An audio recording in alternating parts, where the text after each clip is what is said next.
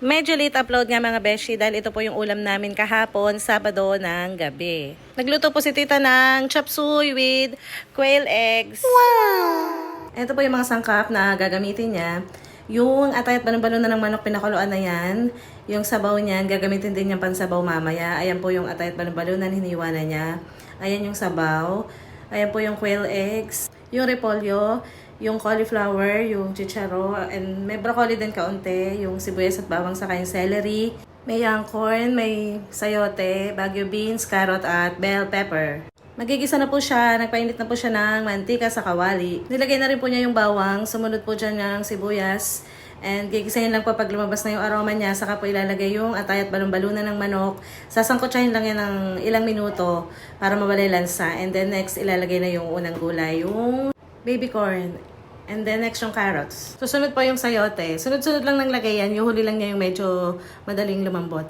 And po nilagay na rin niya yung pinagpakuluan kanina ng atay at balon-balunan. Then haluin. Lagay na rin po niya yung baguio beans. After na po lagay yung baguio beans, titimplahan na po niya ng patis. Patis po yung ginamit niya, hindi asin. Mas malasa daw po ang patis. Then takpan po natin para kumulo. A few moments later. Kumukulo na po, kaya bubuksan na po natin. I-check natin yung gulay. And then pagkatapos yan, ang susunod po natin ilalagay yung cauliflower and broccoli. After po ilagay yung cauliflower, binigay ko yung paminta. Tinimplahan na po niya yan ng paminta. Kung maglalagay po kayo ng tansyahin nyo lang. And then after mo lagay ng paminta, haluin po natin. Ngayon po lalagay na natin yung celery na hiniwa natin kanina. Next naman po yung bell pepper. Yan po kasi madaling maluto. Then lalagay na po niya yung pampalasang sangkap. Ano yon? Magic sarap. Wow! After po niyang nilagay yung magic sarap, ilalagay na natin yung panghuling gulay, yung repolyo. Ayan po, saglit lang din. Segundo lang luto na yan, basta na nasingawan at nakuluan. Then haluin po natin siya with fillings for the go.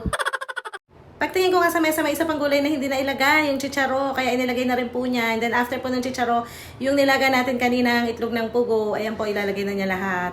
Haluin po ulit natin para mag-mix-mix po yung mga pampalasang sangkap na nilagay natin, and then papakuluin ulit natin na ilang minuto.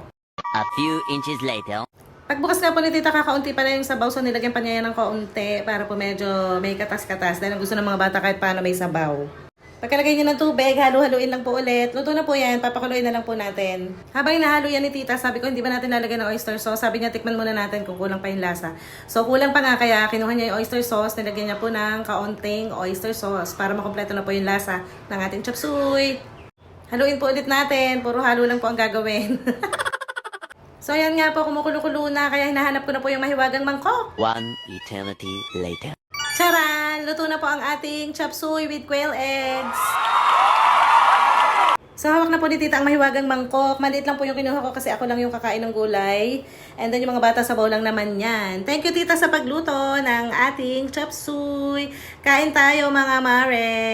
Yan lang po for today's video. Thank you Lord sa lahat ng blessings. Bye-bye!